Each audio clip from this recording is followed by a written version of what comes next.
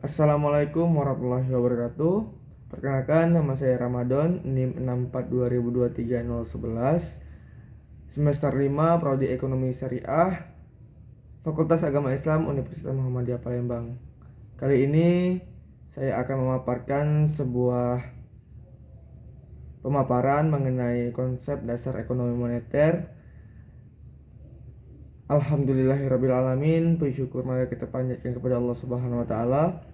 Berkat rahmat dan karunia-Nya lah kita masih diberi kesempatan, kenikmatan, sehingga kita bisa berkumpul dalam penyampaian pemaparan materi mengenai konsep dasar ekonomi moneter.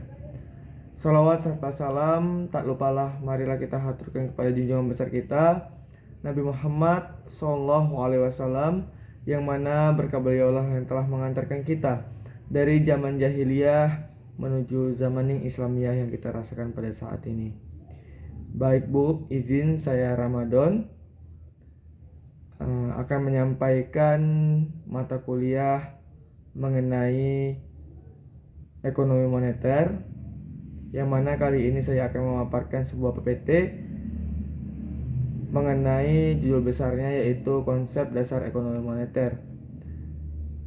Yang pertama, pengertian ekonomi moneter. Ekonomi moneter adalah cabang ilmu ekonomi yang mempelajari peran uang, lembaga keuangan, dan kebijakan moneter dapat mempengaruhi perekonomian. Fokus utamanya adalah kestabilan harga, tingkat bunga, dan jumlah uang beredar.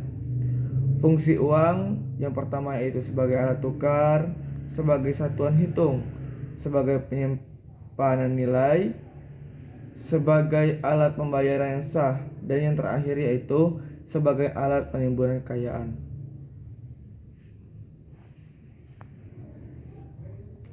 Adapun materi selanjutnya yaitu mengenai jenis-jenis uang.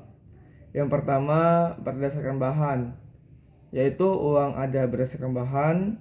Yang pertama uang logam dan uang kertas.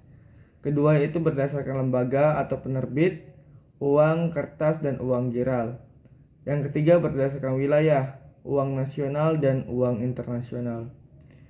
Selanjutnya yaitu teori permintaan uang. Yang pertama teori klasik, yang kedua teori Keynes, yang ialah motif transaksi, berjaga-jaga, dan spekulasi. Yang ketiga teori Friedman, permintaan uang dipengaruhi oleh pendapatan permanen. Kebijakan moneter adalah kebijakan yang dilakukan oleh bank sentral untuk mengatur jumlah uang yang beredar dan tingkat suku bunga guna menjaga kestabilan ekonomi.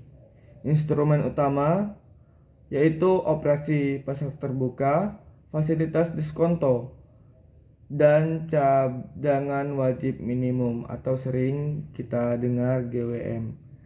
Tujuan kebijakan moneter yaitu 1. Menjaga kestabilan harga, 2. Meningkatkan kesempatan kerja, 3. Mendorong pertumbuhan ekonomi, dan 4. Menyeimbangkan neraca pembayaran. Bank sentral, materi selanjutnya mengenai peran bank sentral. Bank sentral memiliki peran utama dalam menjaga kestabilan sistem keuangan melalui yang pertama, mengatur dan mengawasi perbankan yang ada di Indonesia, menetapkan kebijakan moneter. Yang ketiga, menjaga kestabilan nilai mata uang. Adapun akhir dari beberapa materi yang telah saya sampaikan tadi, kita dapat menarik kesimpulan mengenai ekonomi moneter berperan penting dalam menjaga kestabilan ekonomi nasional, mengendalikan inflasi, menjaga nilai mata uang, dan menciptakan pertumbuhan ekonomi yang berkelanjutan. Demikian yang bisa saya sampaikan, yang bisa saya paparkan dari materi mengenai konsep dasar ekonomi moneter.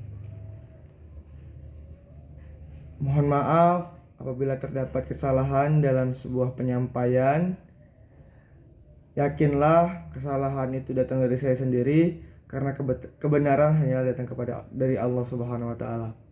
Demikian yang bisa saya sampaikan. Fastabiqul khairat. Wassalamualaikum warahmatullahi wabarakatuh. Waalaikumsalam.